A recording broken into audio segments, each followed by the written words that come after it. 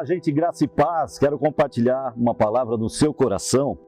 No livro de João, capítulo 18, versículo 10, narra o seguinte: nesse momento, Simão Pedro, que portava uma espada, puxou-a da sua bainha e feriu o servo do sumo sacerdote, decepando-lhe a orelha direita. E o nome desse homem era Malco. É interessante notar aqui que Malco não era um soldado, como muitas pessoas narram. Malco, aqui a Bíblia diz, ele era servo do sumo sacerdote, ou seja, ele estava sendo preparado para ser um sacerdote.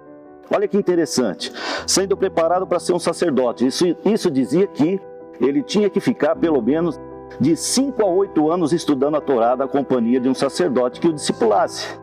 E não só isso, mas também no último ano do seu estágio, ele passaria a ser então o servo do sumo sacerdote, acompanhando esse sacerdote por onde quer que ele fosse, e não só acompanhando, mas também servindo.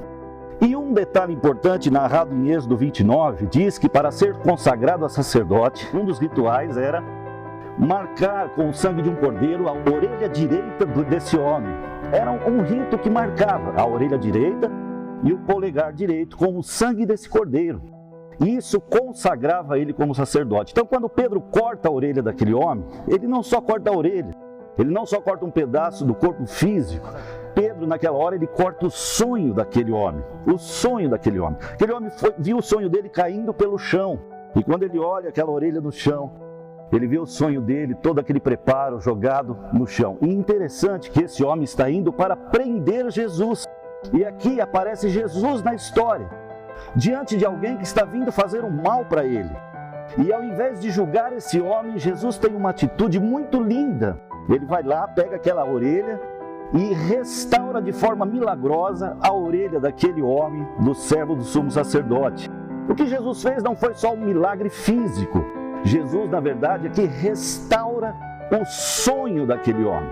Aquele homem agora pode voltar a sonhar de novo. Em alguns instantes, ele olha para o chão e percebe que os seus sonhos caíram, que ele deixou a oportunidade cair. Pedro violentamente corta não só a orelha, mas a oportunidade da concretização do sonho de um homem de ser sacerdote.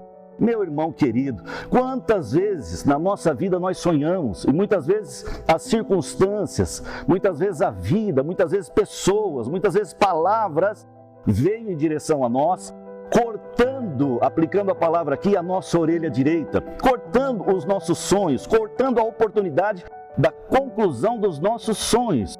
E por mais que sejamos maus, e por mais que muitas vezes falhamos, e o que Jesus deveria fazer com nós, segundo Romanos, que diz que o salário do pecado é a morte, ele deveria nos condenar? Não, Jesus aparece na nossa história, não para julgar, não para condenar, mas para restaurar os nossos sonhos. Acredite, Jesus pode restaurar todos os seus sonhos. E Jesus nos chama para sermos como se fôssemos cópia dele. Nosso maior discipulador é Jesus Cristo. Ele é o nosso exemplo, ele é nosso padrão, ele é a pessoa que nós devemos seguir e imitar. Se Jesus perdoou aquele homem que veio para fazer um mal para ele, prender ele, Jesus não só perdoou, mas restaurou o sonho, nós também precisamos, ao exemplo de Jesus, liberar perdão.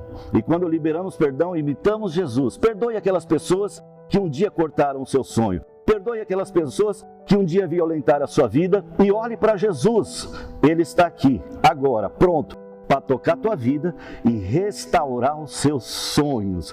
Que o Senhor te abençoe e que os sonhos do Senhor sejam vividos de uma forma intensa na sua vida, na sua casa e na sua família. Deus te abençoe, em nome de Jesus.